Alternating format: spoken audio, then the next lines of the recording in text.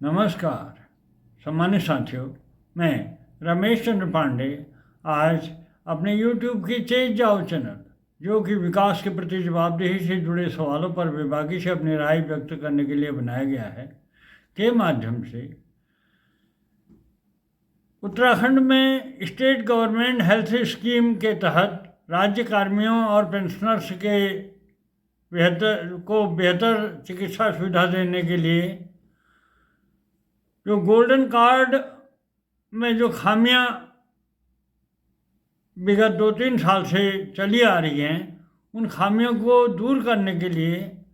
उत्तराखंड सचिवालय संघ के आह्वान पर राज्य के तमाम कार्मिक संगठनों और पेंशनर संगठनों की एक संयुक्त बैठक उत्तराखंड सचिवालय में हुई और बैठक में गोल्डन कार्ड की तमाम खामियों को लेकर सभी संगठनों ने अपनी अपनी बात रखी और इन खामियों को दूर करने के बाद कई महत्वपूर्ण सुझाव भी बैठक में आए।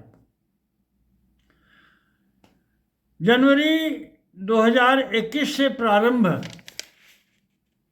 स्टेट गवर्नमेंट हेल्थ स्कीम को लेकर शुरुआत से ही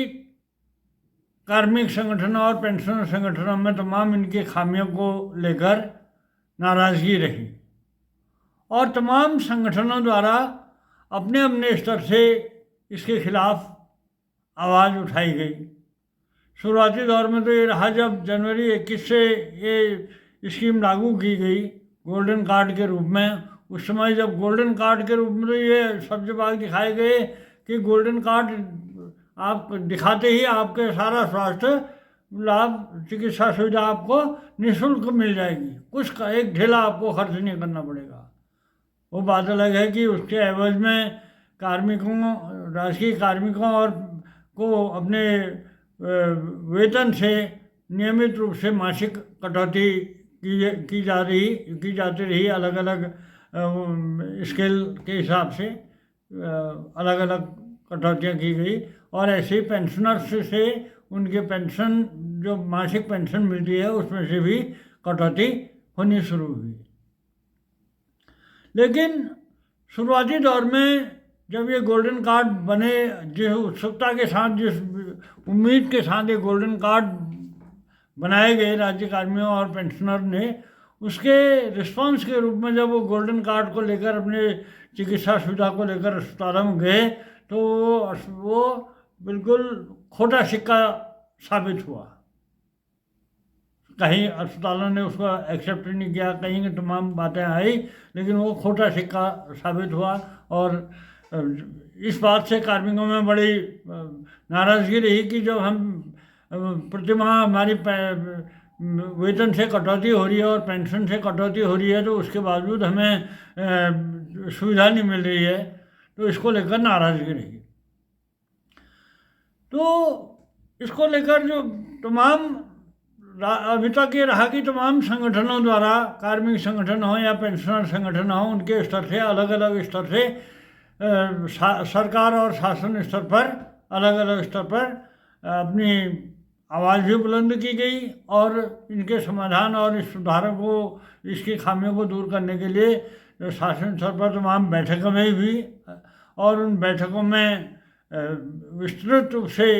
बातचीत हुई और उनके समाधान के लिए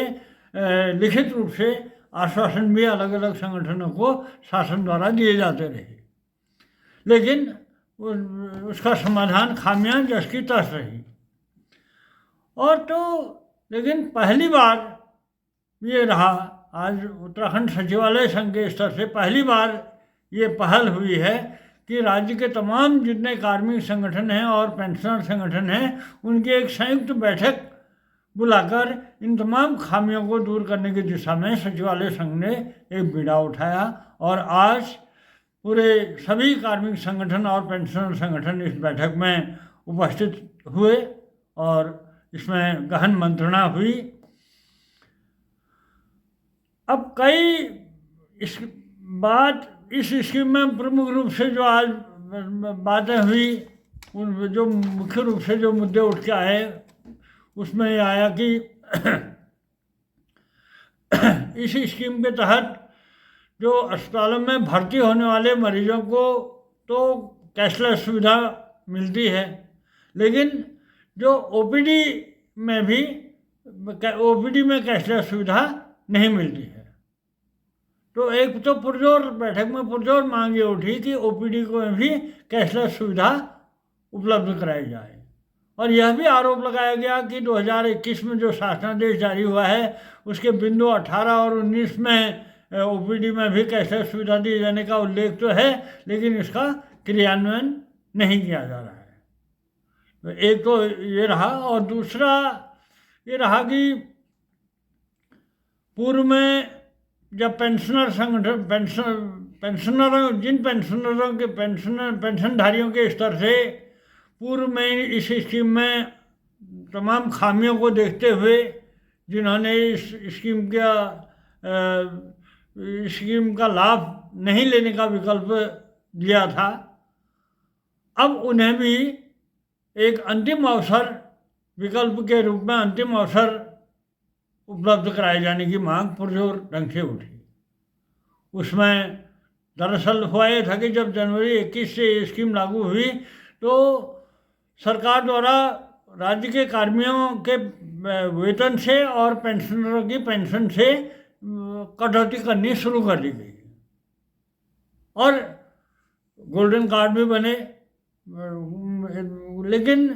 सबसे बड़ी बात ये रही कि जब इन गोल्डन कार्ड को लेकर जब चिकित्सा सुविधा अस्पतालों में अपने स्वास्थ्य चिकित्सा के लिए अस्पतालों में जाने पर जब इस गोल्डन कार्ड को एक्सेप्ट नहीं किया गया कतिपय अस्पतालों के स्तर से, तो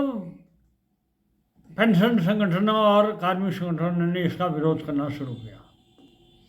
और पेंशन संगठन ने इस बात पर बड़ी पुरजोर ढंग से इस बात को उठाया कि आप जबरन इसमें हमारे पेंशन से कटौती नहीं कर सकते हो, हमसे कम से कम पूछा तो जाए, हमारे विकल्प तो दिया जाए, विकल्प लेने का अवसर दिया जाए। जो लेना चाहता है, जो नहीं लेना चाहता है, उसे विकल्प। इस बात को लेकर पेंशनर से कोर्ट में गए और कोर्ट ने कहा कि कोर्ट के स्तर से आदेश हुए कि जिन पेंशनर्स को विकल्प मांगा जाए, जो इस सुविधा को लेना चाहते हैं या जो नहीं लेना चाहते हैं, उनसे उसका उस संबंध में यस और नो का विकल्प लिया जाए। और जिनकी जबरन कटौती और विकल्प लेने के बाद जो ना कहता है और उनके स्तर से जिनकी कटौती हुई है वो कटौती की राशि को वापस किया जाए, यहाँ तक निर्णय हुआ। लेकिन शुरुआती दौर में तो खामियां रही। अब जब इधर इतने टाइम बाद जब जैसे जैसे तमाम लोगों के स्तर से, कार्मिकों के स्तर से इसमें जो खामियों को दूर करने की दिशा में जब तमाम मीटिंग हुई और सरकार का ध्यान आकर्षण किया, तो आज की डेट में कई खामियां इसमें दूर हो चुकी हैं और गोल्डन कार्ड को तमाम का लाभ मिलना शुरू हो गया है। अब जब ये अब बेहतर स्थिति में आ रहा है तो तमाम उन पेंशनरों द्वारा भी पेंशन संगठनों के स्तर से इस बात पर जोर दिया जा रहा है कि जिन पेंशनधारियों ने उस समय कतिपय कमियों के कारण इसमें इस स्कीम का लाभ लेने में ना का विकल्प दिया था, अब वो भी इस स्कीम का लाभ लेना चाहते हैं, लिहाजा उन्हें अंतिम अवसर के रूप में विकल्प चुनने का अवसर दिया जाए। तो ऐसे ही अन्य तमाम डिमांड इस बात को लेकर बैठक में उठी। दरअसल कोई भी स्कीम इस राज्य गठन के बाद पहली बार जो आया, इस राज्य में स्कीम की बात आई कि कोई भी स्कीम गलत नहीं होती है, हर स्कीम बेहतरी के लिए होती है, उसका उद्देश्य बेहतर होता है। ये हमने भी अपना बहुत करीब से इस बात को महसूस किया जब राज्य गठन के शुरुआती दौर में जब एकीकृत भुगतान एवं लेखा प्रणाली लागू हुई, तो उस समय यहाँ के राज्य के तमाम कार्मिक संगठन इसके विरोध में सड़कों में आ गए और हम इसको लागू नहीं होने देंगे। तो लेकिन अब दूसरी ओर हमने इस बात को लेकर सरकार ने पूछा कि इस स्कीम में क्या खामियां हैं, तो एक और तो कई लोगों ने कहा कि हम कोई खामियां में कुछ नहीं, हम इस स्कीम को लागू नहीं होने देंगे। और जब हमसे भी पूछा गया तो हमने इसकी खामियों को बताया, पॉइंट आउट किया, और उन खामियों को दूर करने के लिए निदेशक कोषागार TN सिंह, जब शासन स्तर पर बात हुई तो शासन में प्रमुख सचिव इंदु कुमार पांडे जी वित्त हुआ करते थे। उस समय उनके साथ जब हमारी बातचीत हुई तो हमने कहा कि इस स्कीम की खामियों